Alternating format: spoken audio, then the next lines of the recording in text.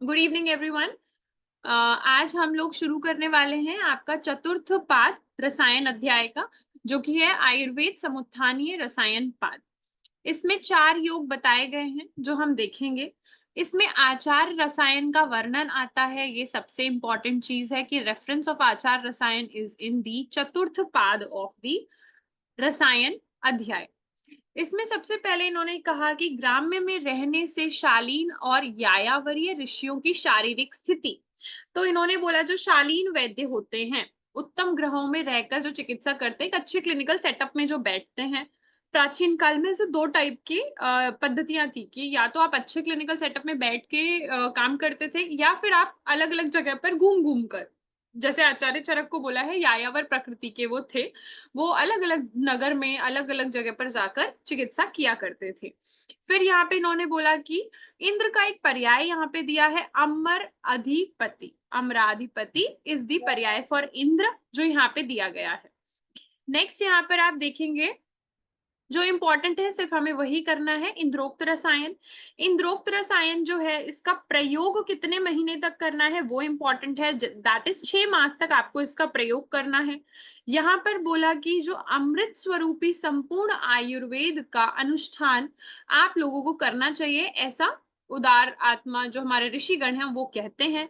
इसका पहला जो ड्रग है वो है एंद्री, that you have to remember. इसमें जीवनीय गण की अन्य औषधियां भी बोला है यूज करने के लिए। फिर इसे दुग्ध के साथ आपको 6 मंथ्स तक यूज करना है। तो इंद्रोक्त रसायन जो है उसमें एंद्री फर्स्ट है। जीवनीय गण की अन्य औषधियां जितनी भी बताई हैं आपको ये सब भी इसमें यूज करनी होती है, एंड इनको दुग्ध के साथ 6 मंथ तक लेना है। अथे इंद्रस्तद आयुर्वेद अमृत मृ ऋषि भी, मतलब ऋषियों ने ऐसा कहा है कि अमृत स्वरूपी होता है हमारा आयुर्वेद। तो that is not very much relevant, ऐसा क्वेश्चन कुछ नहीं आता है। अब ये देखिए, ये बहुत इंपॉर्टेंट है अबाउट द्रोणी प्रावेशिक रसायन। द्रोणी प्रावेशिक जो रसायन यहाँ बताया उसमें 8 औषधियां बताई हैं और सबके अपने सुंदर अलग अलग क्लिनिकल फीचर्स डिस्क्रिप्टिवली बताए हैं। सबसे पहले क्या बोल रहे हैं, ब्रह्म सुअर्चला कह रहे हैं।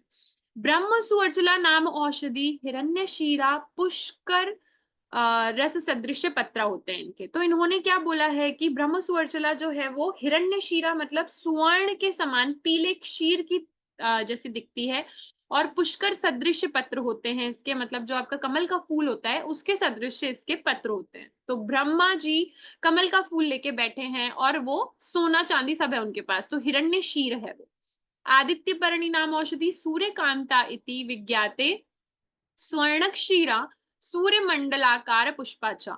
जो आदित्य पर्णी नाम औषधि है वो कैसी है, सूर्यकांता के समान है, जिसमें सुवर्ण जैसा शीर बाहर निकलता है और सूर्य मंडल आकार के उसके पुष्प होते हैं। तो आदित्य तो सूर्य का पर्याय ही होता है, तो सूर्य और सुवर्ण शीरा ये दोनों चीजें बोली।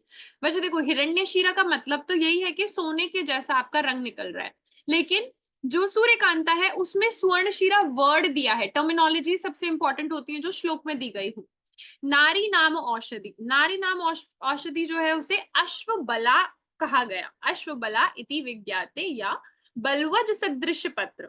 जो बलवज का पौधा होता है उसके सदृश पत्र होते हैं। कैसे याद रखोगे, एक नारी है वो बल्ब लेकर आई होगी आज शॉप से। काष्ट गौधा नाम औषधि, गौधा आकार। जो काष्ट गौधा नामक औषधि होती है वो कैसी होती है आपकी, गौधा आकार की वो होती है। फिर क्या है हमारी पद्मकार, जो पद्म के जैसे आकार की है वो कैसी है, पद्म रक्ता पद्म गंधा चा अजा नाम औषधि। ये आपको याद रखना है कि जो पद्मकार पद्म रक्त वर्ण की पद्म गंधा नाम की औषधि है वो यहाँ पर बताई है, जो कि कमल के आकार की ही होती है। फिर अजा नाम औषधि अजश्रृंगी इति विज्ञाते। तो इन्होंने बोला कि जो अजा नाम की औषधि है वो अजश्रृंगी जैसी दिखने वाली होती है। नीला नाम औषधि नील क्षीरा नील पुष्पा लता प्रतान बहुला। आसाम औषधि यामेल उपलभ्यते तस्या स्वरस्य, मतलब जो जो आपको औषधि अवेलेबल हो उस उसका आपको स्वरस ले लेना होता है। स्नेह से भावित करते हैं, एक द्रोणी में रखते हैं, एंड देन उसके बाद सारी प्रोसीजर्स हम इसमें देखते हैं। तो इन सब में आपको क्या देखना है, जो सोम नामक औषधि है वो सबसे इंपॉर्टेंट आपको याद रखनी है। सोम जो है उसे औषधियों का राजा कहा गया है। इसमें 15 पत्तियां होती हैं, 15 इसमें पत्तियां होती हैं। जैसे एक मंथ में 15 डेज होते हैं, शुक्ल पक्ष के 15, 15 कृष्ण पक्ष के। जो पत्तियां चंद्रमा के समान घटती बढ़ती रहती हैं, वो सोम नामक पौधे की पत्तियां होती हैं। जैसे चंद्रमा जो है वो फुल मून होता है, फिर धीरे धीरे धीरे धीरे कम होता है, फिर अमावस्या पे पूरा चला जाता है। वैसे ही यहाँ पे बोला इन्होंने कि 15-15 दिन पे ये घटती बढ़ती रहती हैं चंद्रमा के समान, इसलिए सोम बोला है। चंद्रमा सोम ही होता है हमारे लिए, है ना। तो ये आपको अच्छे से बहुत याद रखना है। 8 औषधियों का वर्णन है, ये अच्छे से आपको याद रखना है। इनका स्वरस आपको लेना है, जो जो आपको मिल जाती है वो। फिर इन आपको क्या करना है, एक द्रोणी लेनी होती है और अच्छे से उसको गीले पलाश की जो नौका है उसको लेना होता है आपको। एंड इस नौका में जो भी पुरुष है जैसे हम भेज रहे हैं उसको सोने के लिए वहां पे बोला जाता है। मनुष्य उसमें सोने से मूर्छित हो जाता है। 6 मास के बाद फिर से उसको ज्ञान की उत्पत्ति होती है और प्रत्येक अंग में उसे बल की प्राप्ति हो जाती है। अगर आप चाहते हैं कि उसका बल स्थिर रहे तो आपको उसे अजा दुग्ध पिलाना है। फिर 6 मास बाद जो उसका वय है, वर्ण है, स्वर आकृति, बल है, प्रभा है, वो देवताओं के समान हो जाता है। देवता अनुकारी भवति, वयो वर्ण स्वर आकृति बल प्रभाव भी। ये चीज आपको बहुत अच्छे से याद रखनी है।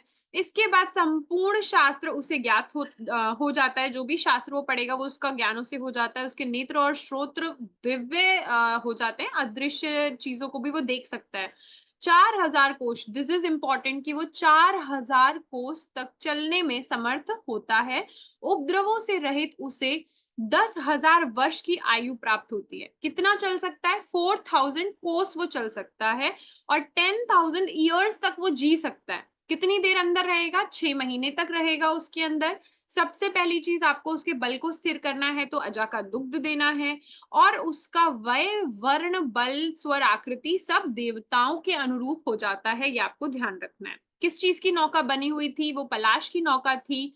और इसमें हमने क्या देखा? उसे भरपेट स्वरस पिलाना है और उसे वस्त्रहीन होकर स्नेह से भावित करके उसकी पूरी बॉडी पे आपको स्नेह चुपड़ देना है और उसके बाद उसे आपको उसमें भेजना है। दिस इज इंपॉर्टेंट, ये आपको ध्यान रखना है। ठीक हो गया।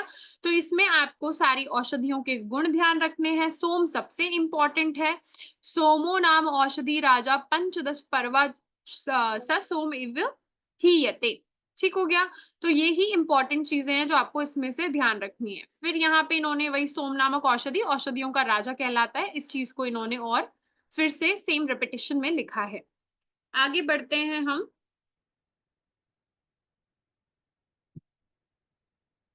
द्वितीय इंद्रोक्त रसायन की फलश्रुति में क्या बोला है?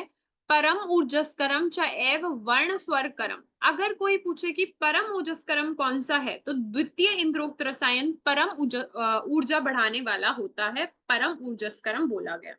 अब आप देखेंगे श्लोक नंबर 27 नंबर श्लोक में क्या बोल रहे हैं? कुटी प्रावेशिक या वातातपिक रसायन विधि के योग्य कौन है? कौन है जो कुटी प्रावेशिक रसायन विधि के योग्य है और कौन है जो वातातपिक रसायन विधि के योग्य है? समर्था नाम रोगा नाम धीमताम नियत आत्मनाम कुटी प्रवेश शनि नाम परिच्छदवताम हितम अतो अन्यथा तू ये तेषाम सौर्य मारुति को विधि। तो इन्होंने बोला जो व्यक्ति सभी साधनों को एकत्रित कर सकता है, जो स्वस्थ होता है, बुद्धिमान होता है और जो अपनी आत्मा की मतलब अपनी बॉडी के लिए बहुत ज्यादा फिक्र करता है चीजों की और अपने मन को जो कंट्रोल कर सकता है, अपनी आत्मा को जो अपने वश में रखने में समर्थ होता है तथा जिसके पास सारी सामग्रियां खरीदने के लिए अर्थयुक्त होता है, उस व्यक्ति को आपको कुटी प्रावेशिक विधि करवानी चाहिए। इससे विपरीत जो भी हैं उन्हें वातातपिक आपको कराना है। मोस्टली वातातपिक जो है वही कराया जाता है क्योंकि आजकल हर कोई इतना ज्यादा नहीं टाइम दे सकता। सबसे इंपॉर्टेंट तो वो है, भले ही वो परिवार अर्थयुक्त संपन्न हो। और दूसरी चीज कंट्रोल में अपने मन को रखना थोड़ा सा डिफिकल्ट है। फिर इसमें क्वेश्चन आता है इन दोनों में से श्रेष्ठ कौन सी विधि होती है? कुटी प्रावेशिक श्रेष्ठ होती है क्योंकि जब आप एक जगह पे स्टेबली बहुत टाइम तक रहेंगे, रसायन लेंगे, सारे प्रोटोकॉल्स फॉलो करेंगे तो मेडिटेटिवली आपका माइंड भी बहुत अच्छा रहेगा। जितना अच्छा माइंड रहेगा उतना बेटर हार्मोन सिक्रीशन होगा, उतना बेटर उसका आपको रिजल्ट मिलेगा अगर आप मॉडर्न में कोरिलेट करो तो शांत मन से आप ज्यादा बेहतर सोच पाते हैं, ज्यादा प्रोडक्टिव हो पाते हैं। तो that can be a reason कि कुटी प्रावेशिक इज द श्रेष्ठ। वातातपिक में क्या है, आपको बाहर भी जाना है, एक्सटर्नल एनवायरमेंटल फैक्टर्स भी अफेक्ट करेंगे, और बाकी आप इतने लोगों से मिलते हैं तो कहीं ना कहीं आपके मानसिक भाव जो है वो उग्र हो ही जाते हैं। ठीक है। फिर क्या है, रसायन, जो आचार रसायन है उसका रेफरेंस इंपॉर्टेंट है, यहाँ पे बताया। उस व्यक्ति को नित्यम क्षीर घृत आशिना, आपको उसे ऑल टाइम क्या देना है, दुग्ध और घी पे रखना है। देश काल प्रमाणज्ञम युक्तिज्ञ मन हंकृतम, तो इन्होंने ये बोला है कि आपको देश काल के प्रमाण के हिसाब से युक्ति पूर्वक उसको क्या देना है, नित्य शीघ्र जो है वो उस पे रखना है। कुछ और नहीं इन्होंने मेडिकेशन बोली है, बस इन्होंने यही बोला है कि आपको हमेशा दान करना चाहिए, कभी किसी का बुरा नहीं सोचना है, हमेशा आपको जो भी ऋषिगण हैं उन लोगों की हमेशा आपको सेवा करनी चाहिए, क्रूरता से दूर रहना है, जितने भी अच्छे मेंटल भाव हैं और जो अच्छे कर्म हैं, अहिंसा रखनी है, प्रिय रहना है सबके लिए, है ना। तो ये सारी चीजें आचार रसायन में आती हैं।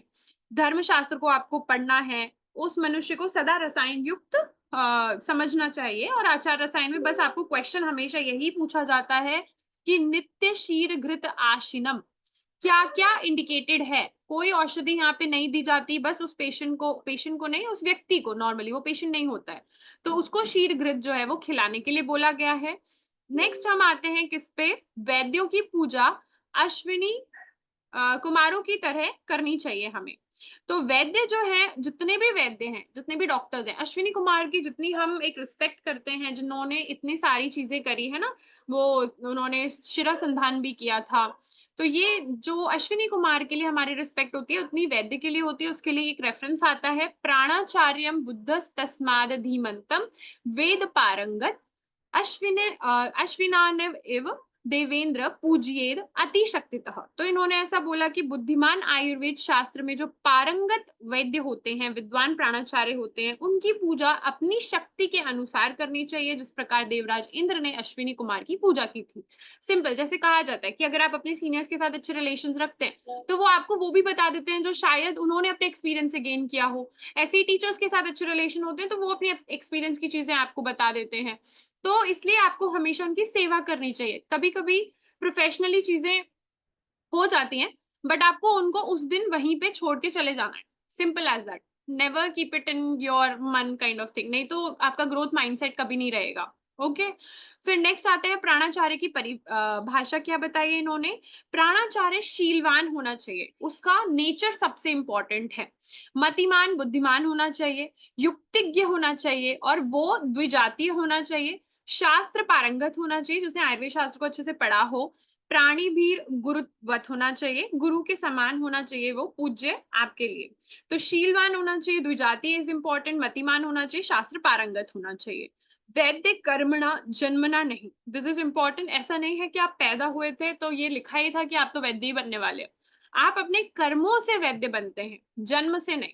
विद्या समाप्तो भिषजो द्वितीय जाति रुच्यते, जैसे ही आपकी बीएमएस डिग्री भी खत्म हुई तो आप द्विजातीय हो गए, मतलब आपके अंदर एक नया इंसान बना कि हाँ उसने बहुत सारी नॉलेज को गेन किया, बहुत एक्सपीरियंसेस गेन किए, जिससे वो किसी पेशेंट को रिलीफ पहुंचा सकता है।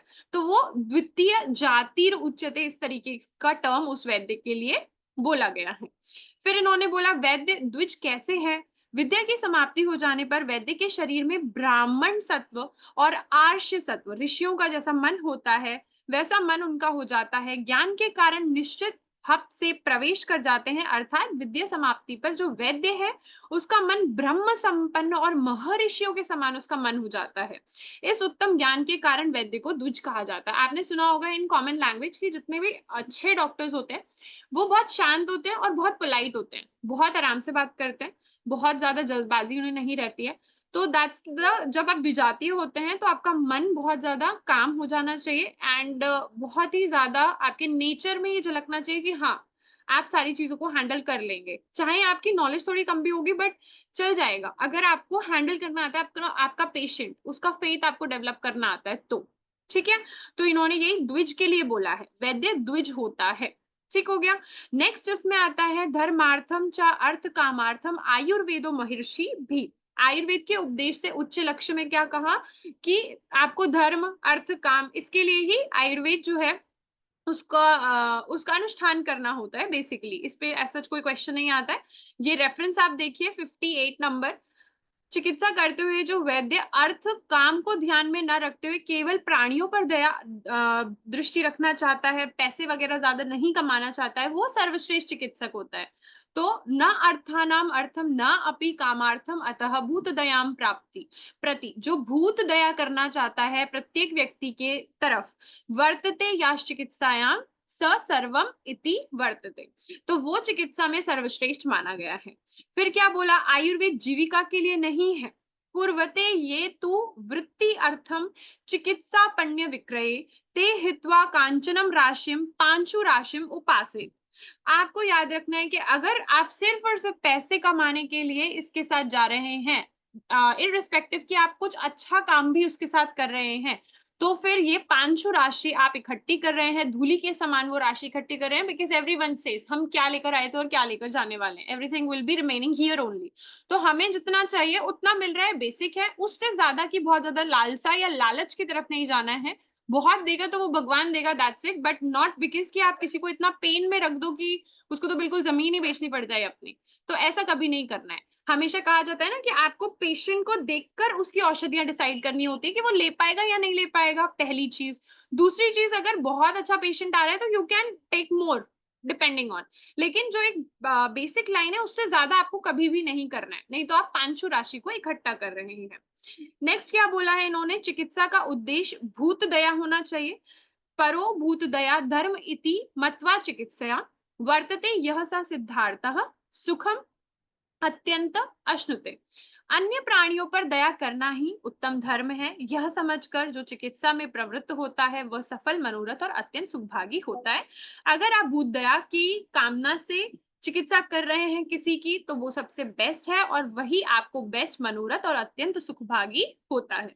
इतना आपको ध्यान रखना है। This is how we are going to complete this your रसायन पाठ। आपका टास्क बनता है कि आपको रसायन पाठ को बहुत अच्छे से रिवाइज करना है, which is very very important.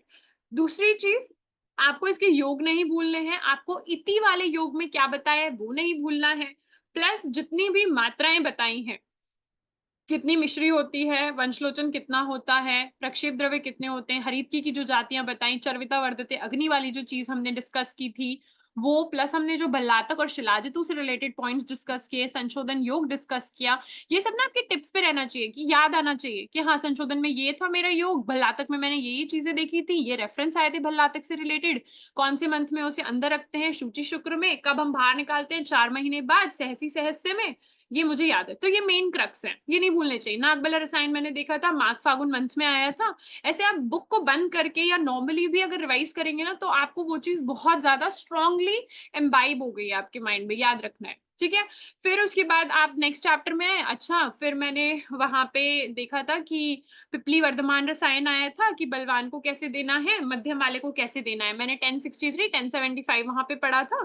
फिर उसके बाद आपका मन में आना चाहिए कि हाँ 4 टाइप शिलाजितों के मैम ने डिस्कस किए थे और 6 बताए सुश्रुत ने। फिर मैंने सबके पॉइंट्स अलग अलग देखे थे कि बहिर्कंठा कंठ जैसा किसका होता है, गुंगुल जैसा कौन सा होता है, ताऊ का उष्ण वीर्य देखा था मैंने, रजत कटुरस था, पर मधुर उसका विपाक था। फिर वो सारा आपने एक बार चेकआउट कर लिया। उसके बाद आप इस चैप्टर में आ जाएंगे, इंद्रोग देखा, द्वितीय इंद्रोग परम ओजस्कर बोला है, सोम वाली औषधि को सबसे ज्यादा डिस्कस किया गया, 4000 योजन तक चल सकता है, 10,000 की आयु हो सकती है उसकी, डन हो गया। उसके बाद एंड में हमने कुछ रेफरेंसेस देखे प्राणाचार्य से रिलेटेड कि वो शीलवान होना चाहिए, मतिमान होना चाहिए, द्विज हो जाती है उसकी जाति। एंड उसके बाद हमने ये प्राणाविसर देखा। ऐसे अगर आप करेंगे तो आपको कभी नहीं लगेगा कि यार मैम मुझे रसायन के 4 चैप्टर करने में बहुत टाइम लग रहा है, ठीक है। ये आपके अंदर होना चाहिए कि मेरे मेन पॉइंट्स हैं जो गलत नहीं होने चाहिए, फिर मैं एक टोटल रिवीजन दे दूंगा इसको। तो दैट्स इनफ। आपको रसायन पूरा रिवाइज करने के लिए 1 घंटे 15 मिनट पे लेकर आना पड़ेगा। इससे मिनिमम भी आप लेके आ सकते हैं, बट जब आप मल्टीपल रिवीजन करेंगे तो आपको 1 घंटे 15 मिनट में चारों चैप्टर खत्म हो जाने चाहिए, ठीक है। कर पाएंगे? कौन कौन कर पाएगा? कल आप मुझे ना टाइम बताना कितना टाइम लगता है आपको रसायन 4 पाद रिवाइज करने में, ठीक है, मैं सबसे पूछूंगी। कल आपका टास्क है आपको रसायन के चारों पाद रिवाइज करने हैं। ठीक हो गया? चलिए अब आपका रिजल्ट डिस्कस कर लेते हैं, आपका जो पिछला टेस्ट हुआ था।